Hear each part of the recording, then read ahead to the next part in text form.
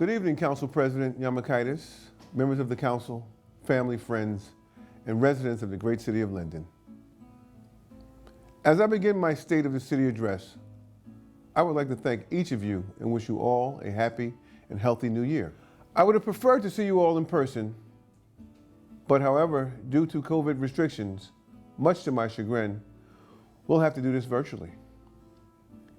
Before I begin, I want to extend congratulations to our re-elected council members. Councilwoman Lisa Roman of the 1st Ward, Councilman Armando Medina of the 9th Ward. They are both valued members of my administration. Let me begin by saying the city, your city, is stronger than ever. We're no longer a city of smokestacks or oil refineries. Rather, we're a city that has proven that industry, commerce, and our residents can live and work cohesively.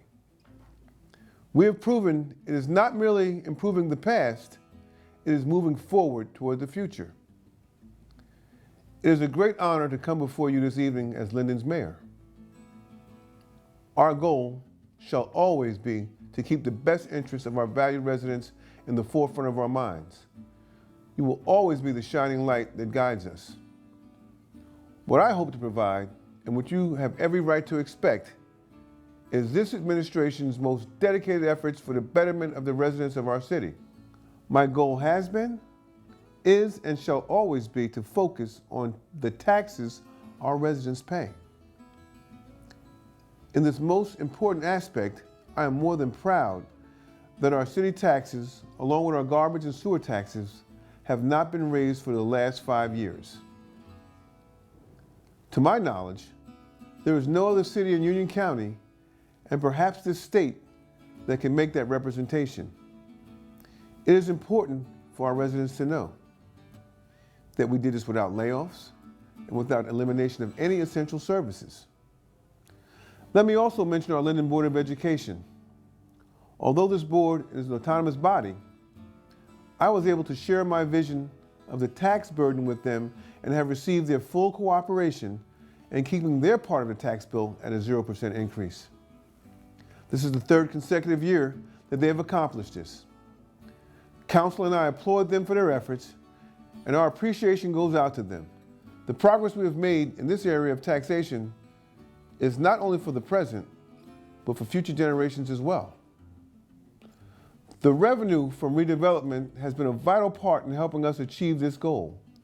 We have seen this manifest in Linden through the incredible increase of our property values, the highest in the history of our city. I would like to show you from where our increased revenue to ease the tax burden will be derived. The Linden Logistics Center in our Trimley Point area of town.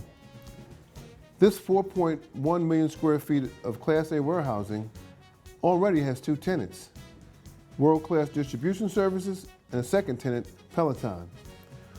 There are currently 6 additional buildings that are under construction. This center will generate $198 million in tax revenue for the city over the next 30 years. The Citizen Linden at 307 West Elizabeth Avenue. 234 luxury apartment units will be at this location, with 292 parking spaces. There's also 4,500 square feet of retail space available. This development will generate $25.2 million in taxes for the city over the next 30 years. Meridian 1001 on West Elizabeth Avenue. This is the former United Lacquer building, which was demolished. Full construction should start in the spring of 2022. There'll be 402 residential apartment units with amenities also, with retail on the ground floor. The city will take in over $30 million in revenue over the next 30 years. Center Point, which is the former Walmart shopping center, 315,000 square feet of Class A warehousing has been approved, with full construction to begin in the spring. This is the former Linden Plaza Shopping Center, and the city expects to bring in $22 million in tax revenues over the next 30 years. City Village, 1140 East St. George Avenue, 113 luxury apartment units with amenities have been built. It is 100% occupied with 18,000 square feet of retail space, which includes a restaurant. This development will generate $12 million in tax revenue for the city over the next 30 years. Meridian Lifestyles 2 on Southwood Avenue. This 145 apartment unit is at 85% occupancy with 8,600 square feet of retail space. This particular project will generate $16 million in tax revenue for the city over the next 30 years. DC Hospitality, CubeSmart Self-Storage, and Woodspring Suites on East Linden Avenue. This property was vacant land for decades. The Woodspring Suite is fully operational and the CubeSmart facility is fully operational. This particular pilot will generate $14 million for the city over the next 30 years. RNG Energy, the former Clayton Block. This property has been stagnant for decades. This facility will turn organic waste into a natural gas and other organic recycled material. The project is scheduled to generate over $39 million in taxes over the next 30 years, with additional host community benefits to the city of Linden. Gothel's Commerce Park at 2525 Brunswick Avenue. This is the former Simmons Mattress Factory. The existing building, was over 100 years old. This is 290,000 square feet of Class A warehousing space, which is approved. This particular property will generate $37 million in tax revenues over the next 30 years. The Clark redevelopment project in the corner of West Elizabeth Avenue and Northwood Avenue. This particular property will generate over $52 million in tax revenues for the city. As you have heard, these redevelopment projects and their revenue will realize approximately $450 million in revenues over the next 30 years for the city of Linden. Legacy Square Shopping Center is one of our biggest thriving developments. It's home to many eateries such as Chick-fil-A, Taco Bell, Freddy's Frozen Custard and Steak Burgers, Panda Express, and Wingstop. It's also home to our flagship Walmart. We expect more businesses when the leases have been signed by the property owner. On another note, we have many events that have taken place and projects that have been contemplated.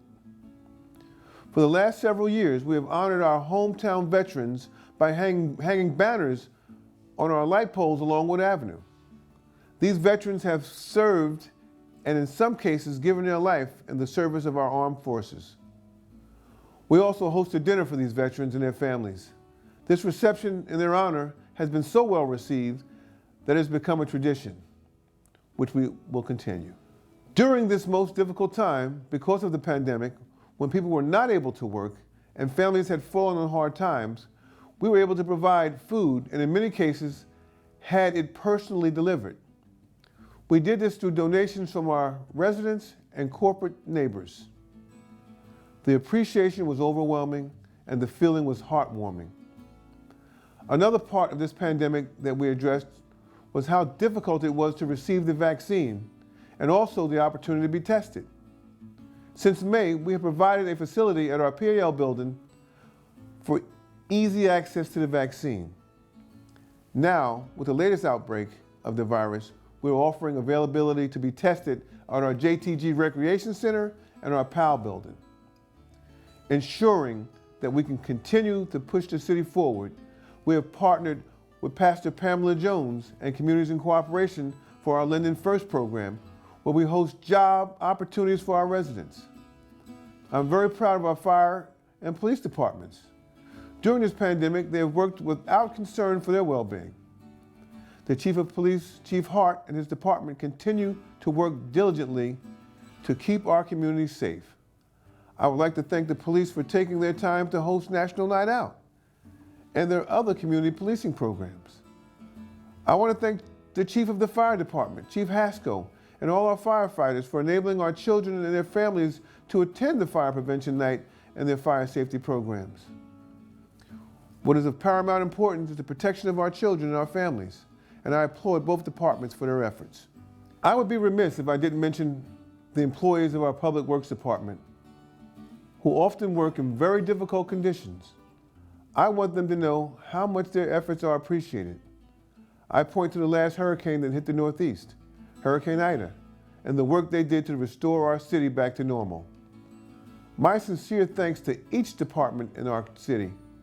You have contributed so much to the goals of this administration and continue to help move our great city forward. Thank you, each and every one of you, for your hard work and efforts. A special thanks go to my office staff who take care of the day-to-day operations of my office. It's a very busy office, and my staff has handled it with the utmost professionalism. I thank them for taking this journey with me. Recently, I directed our Special Improvement District Director, Mike Bono, to start the process of changing the facades on our buildings in the downtown area. Along with the Special Improvement District Director and his office manager, Mickey Ponticello, and my Chief of Staff, Alex Laspinoso, we visited various towns to look at the facades on buildings in other downtown areas. Now, this is a monumental project that is still in the planning stage. I feel confident we can get this done. It blends in with our redevelopment, making our storefronts more attractive. We believe this will encourage people to shop and support our local businesses here on Wood Avenue. Let me also report that the funding for this project will come from the budget allotted to the Special Improvement District. We had, in cooperation with our City Council, the Cultural and Heritage Committee, the Special Improvement District, the Mayor's Youth Commission, and all of the ethnic committees, which were all geared toward the different multicultural segments of our city. All these festivals were well attended by our residents and other visitors to our city. It was our effort to bring all of our ethnic groups together. My thanks and appreciation goes to all those who are involved and to the volunteers who made these events possible and special for all of us. We are honored this past September with the presence of the First Lady and President Duda of Poland. As a community, we were all honored to have them visit the great city of Linden. This visit made our Polish population very proud. As a matter of fact, it made all of us proud. It was the first time in history that a head of state visited our great city of Linden. Once again, at this holiday time, we were happy to be able to celebrate the Christmas tree lighting, our breakfast with Santa, and the lighting of the menorah. The smiles of all made this holiday time very special. This is not the time for political comment, but I cannot avoid the obvious. Yes, I will be seeking re-election in 2022. If elected, it will be my third term as your mayor. If the people of our city choose to re-elect me, I pledge to continue to work tirelessly and to be accessible to you. I want each of you to know that my leadership skills as your mayor will go into this job. I recognize that the authority I have comes from you, the people, and you have the right to expect my most dedicated efforts. In closing, it is a great honor for me to be your mayor. I so much appreciate the confidence and the help you have given me over these 7 years. Besides my family and their well-being, this city is my first priority. To my family and my wife, I sincerely want to thank you for the support you continue to provide. I pledge to you, the residents of this city, I will continue to lead this city and its financial ship in a way that will make everyone proud.